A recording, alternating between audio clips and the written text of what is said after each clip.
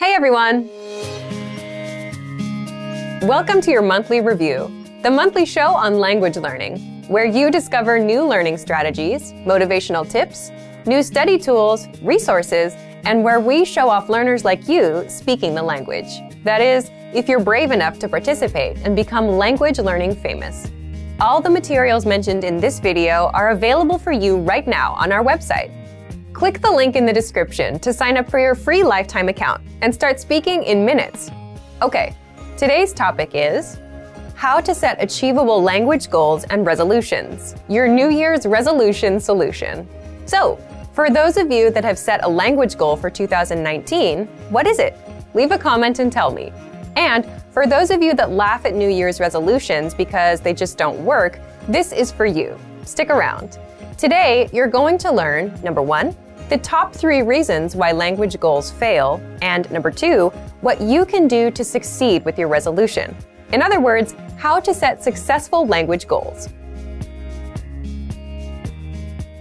Let's jump into today's topic, how to set achievable language goals and resolutions.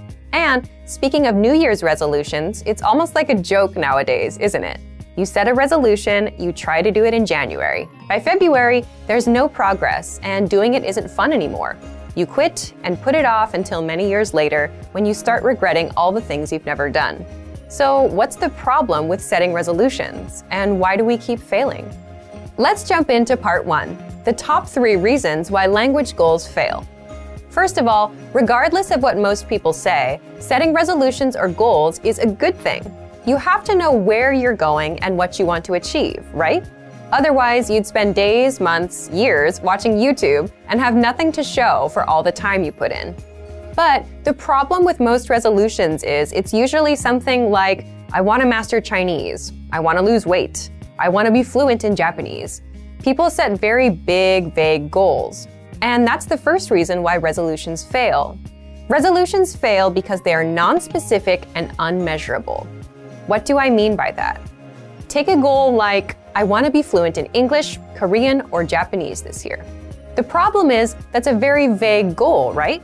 What do you mean by fluent? And how can you measure how much progress you need to be fluent in the language? You can't.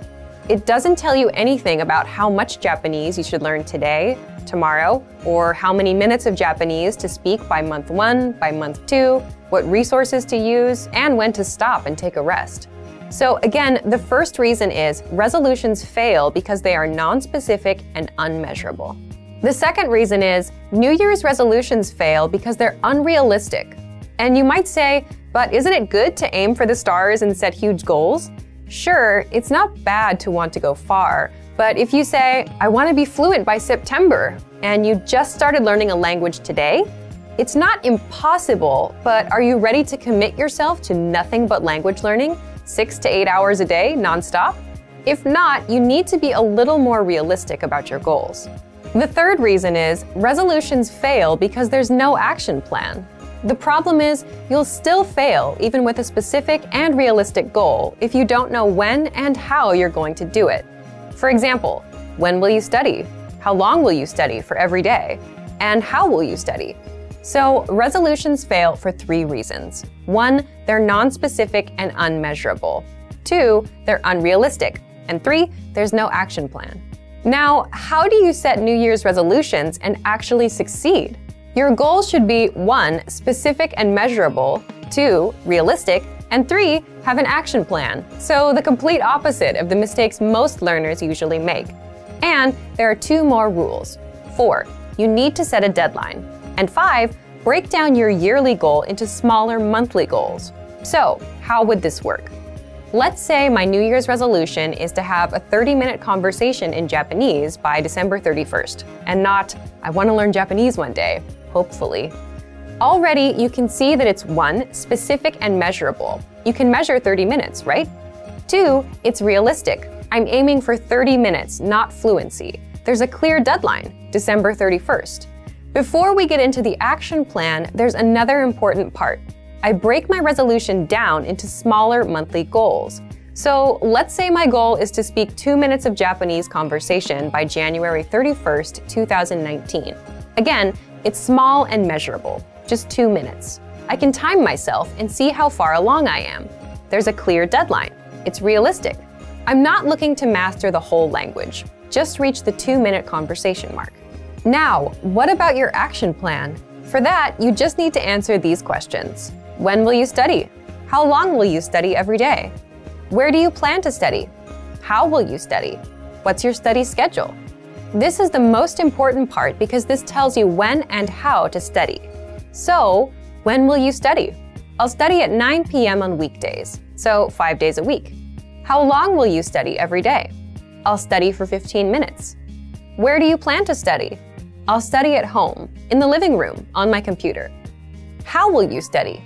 I'll listen to 1 or 2 lessons a day to fill up the 15 minutes. What's your study schedule? Monday through Friday for 15 minutes a day. This makes a lot more sense now, doesn't it? Instead of saying, hopefully I'll learn that language someday, and never taking action on your goals, by setting these small, measurable goals, you know what you need to do. Okay, let's recap. To set successful language goals, your goals should be 1. Specific and measurable, 2. Realistic, 3. Have an action plan, 4. A deadline, and 5. Be broken down into small monthly goals. So instead of saying, I want to be fluent in 2019, try, I want to speak 30 minutes of conversation by December 31st, 2019. And then go even smaller and set a small monthly goal. So everyone, it's your turn. Leave a comment and tell me, what's your small, measurable monthly goal? And what's the deadline? Here are some examples you can steal for yourself. Learn 100 words in 1 month. Speak 1 minute of your target language in a month. Or do 20 audio lessons in 1 month. Deadline, January 31st. Now, speaking of lessons, here are this month's new lessons and resources. First, the Ultimate Listening Video Master Course. Honest question, how sharp are your listening skills? With this video master course, they'll be as sharp as a razor. Download it right now. Next, the Talk About Your Body PDF cheat sheet. With this cheat sheet, you'll learn words for parts of your body in the target language. Then, there's the most common texting slang word list. If you want to text in the language you're learning, you'll love this. You'll learn how to say LOL and other words in your target language. And finally, the How to Express Quantity vocab list, where you learn how to say if there's a lot, a few, or a little bit of something. To get these free lessons and resources, just click the link in the description below. So thank you for watching this episode of Monthly Review. Next time, we'll talk about the 7 tested timeless ways to learn a language. In the meantime, like and share this video, and leave a comment to tell us what language learning tactics you'd like us to talk about. See you next time. Bye!